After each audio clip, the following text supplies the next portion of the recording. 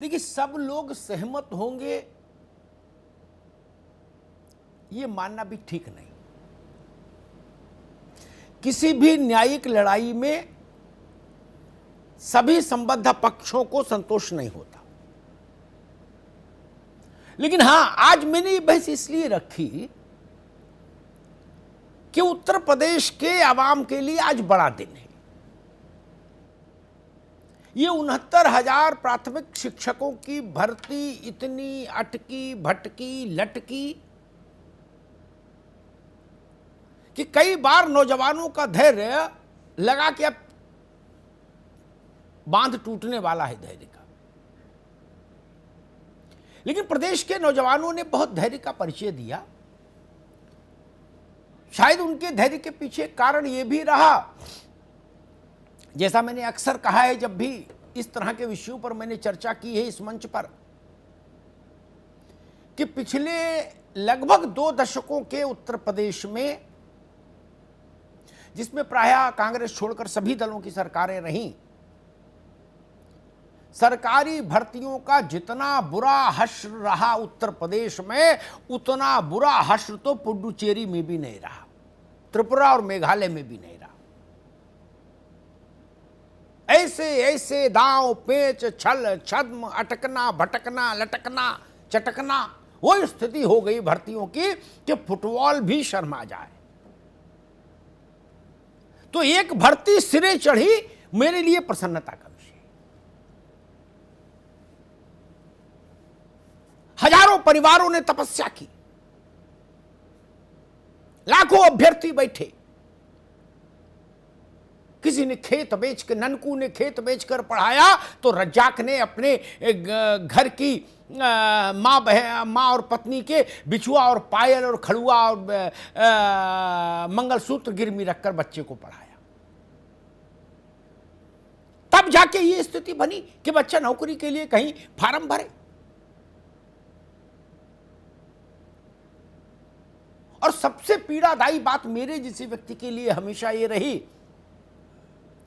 कि इतनी छोटी छोटी तनख्वाह की नौकरियां, ये कलेक्टर की नौकरी तो है नहीं। उत्तर प्रदेश में होमगार्ड की नौकरी अदालत में गई, सिपाही की गई, चपरासी की गई, क्लर्क की गई, मास्टर की गई, कंपाउंडर की गई,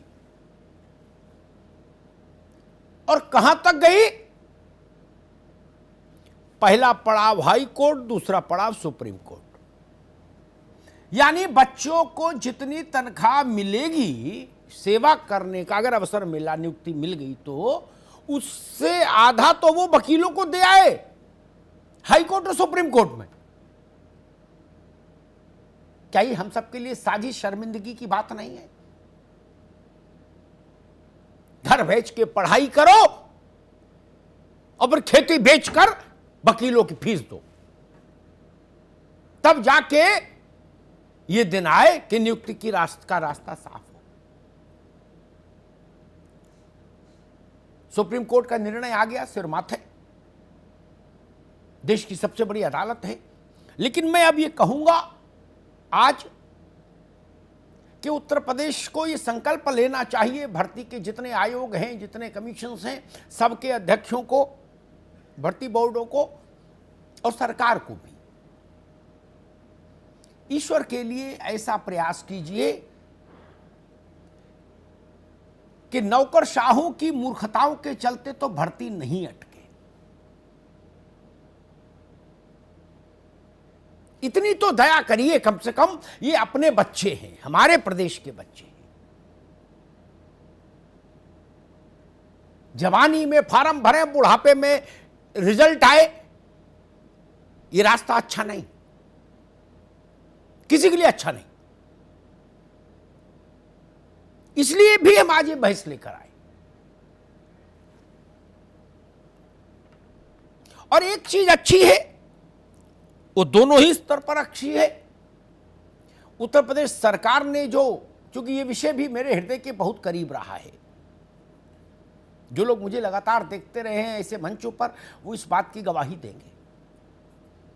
एक तो उत्तर प्रदेश सरकार की ओर से जो हलफनामा दायर किया गया था सुप्रीम कोर्ट में, एफिडेविट, उसमें भी ये बात थी, जो बात बाद में सुप्रीम कोर्ट ने कही कि शिक्षा मित्रों को अगली भर्ती में मौका दिया जाए। ये बात उत्तर प्रदेश सरकार के एफिडेविट में भी आई सुप्रीम कोर्ट में, और बाद में माननीय अदालत ने उसको रीइंफोर्स कर दिया। कानूनी दांव-पेच अपनी जगह है,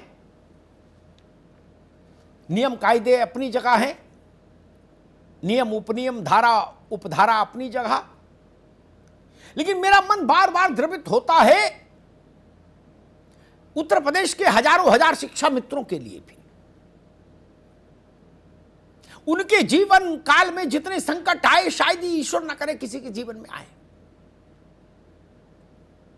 उम्र के उस पड़ाव में वो चौराहे पर आकर खड़े हो गए जिस पड़ाव में व्यक्ति चाहता है कि कुछ स्थायित्व आए, परिवार को किनारे लगाऊं। ऐसी ऐसी आपदा आई,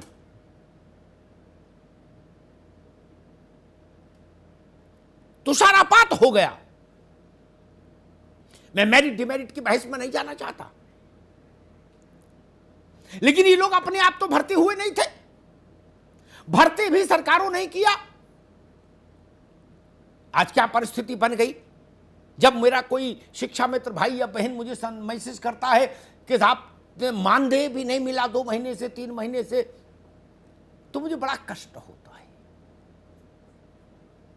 शिक्षा मित्रों के परिवारों ने बड़ी कुर्बानियां दी, और मुझे बहुत दुख हो रहा है कहते हुए कि मैंने उतनी बड़ी संख्या में शिक्षा मित्रों को इस आपदा के कारण जो उनके जीवन पर आई थी, माननीय सुप्रीम कोर्ट के निर्णय के अनुपालन के बाद, जितनी संख्या में उन्होंने आत्म बलिदान किया है, जितनी संख्या में वो शिक्षा मित्र भाई हो या बहन हो उन्होंने देह त्याग किया, वो प्रसंग भी मेरी आंख को नम करता है। मुझे अपने 35 साल के पत्रकारी जीवन में ऐसा कोई दृष्टांत नहीं दिखता